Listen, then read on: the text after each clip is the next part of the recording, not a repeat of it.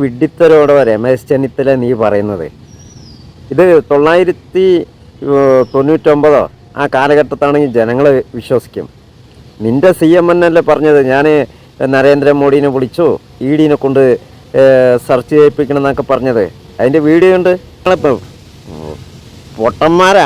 പൊട്ടന്മാരാകണോ പിന്നേട്ടാ? എല്ലാ ജനങ്ങളും അങ്ങനെയാണെന്ന് വിചാരിക്കരുത്.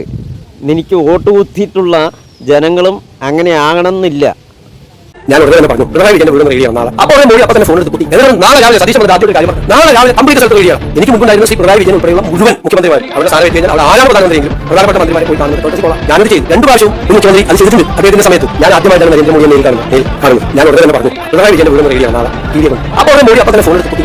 നാളെ രാവിലെ സതീശൻ ആദ്യത്തെ കാര്യം നാളെ രാവിലെ കംപ്ലീറ്റ് സ്ഥലത്ത് റെഡിയാണ്. അപ്പോൾ ഞാൻ ഒരു സ്ഥലത്ത് പോരാ 12 സ്ഥലത്താണ്. ആ സതീശൻ പറഞ്ഞത് 12 സ്ഥലത്ത് റെഡിയാണ് പറഞ്ഞത്. അതെ 12 സ്ഥലത്ത് റെഡി. ഇതിനും മന്ത്രിമാർ ഉൾപ്പെടെയുള്ള ആളുകൾ വരെ വന്ന് പത്രക്കാരോട് പറയാം. ഞാൻ ചിരിക്കണ കാര്യം ഇത് കേട്ടിട്ട് നിങ്ങൾ ആലോചിക്കും. പിണറായി വിജയൻ ഒന്നും പറയുന്നത് അദ്ദേഹം പറയും. ഇത് അദ്ദേഹത്തെ കുറിച്ച് എനിക്ക് റേറ്റിംഗ് ഉള്ളൂ. അദ്ദേഹം അത് പറയും. പക്ഷെ നല്ല എന്താ പറയാ ഈ പണ്ടേ ഈ കൗൺസിലെ കുറിച്ച് പറയാൻ വിലമിട്ടം കൂടുതലാണ് സ്റ്റിഫാണ്.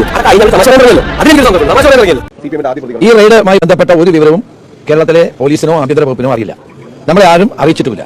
പോലീസ് സഹായം തേടിയിട്ടുമില്ല. അപ്പോൾ നമുക്ക് അതിനെപ്പറ്റിയുള്ള ഒരു വിവരങ്ങളും അറിയാത്ത കാര്യമാണ്. അപ്പോൾ അത് EDയുമായി ബന്ധപ്പെട്ട ഉദ്യോഗസ്ഥന്മാരോട് നിങ്ങൾ ചോദിക്കണം. കേരളത്തിലെ പോലീസിനോ ആഭ്യന്തര വകുപ്പിനോ ഇത് സംബന്ധിച്ച് ഒരു വിവരങ്ങൾ കൈമാറിയിട്ട് ഞങ്ങൾക്ക് അറിയത്തില്ല എന്താ സംഭവം എന്നുള്ളത്. ഇന്നലെ CM ഡൽഹിക്ക് പോകുന്നു, CM പ്രധാനമന്ത്രി കാണുന്നു, പിന്നാലെ റെയ്ഡ് എന്നുള്ളതാണ്. അതായത് കൃത്യമായിട്ട് അത്തരത്തിലൊരു ആസൂത്രണം ഉണ്ടെന്നുള്ളതാണ് ആരോപണം. CM മുഖ്യമന്ത്രിയായി ചാർജ് എടുത്ത ശേഷം ഡൽഹിയിൽ പോയി പ്രധാനമന്ത്രിയെ കാണുന്നത് ആവശ്യമായ കാര്യമല്ലേ? കേരളത്തിന്റെ ആവശ്യമല്ലേ? പിണറായി വിജയൻ മുഖ്യമന്ത്രി ആയിരുന്നപ്പോൾ എത്രയോ തവണ പോയി കണ്ടു.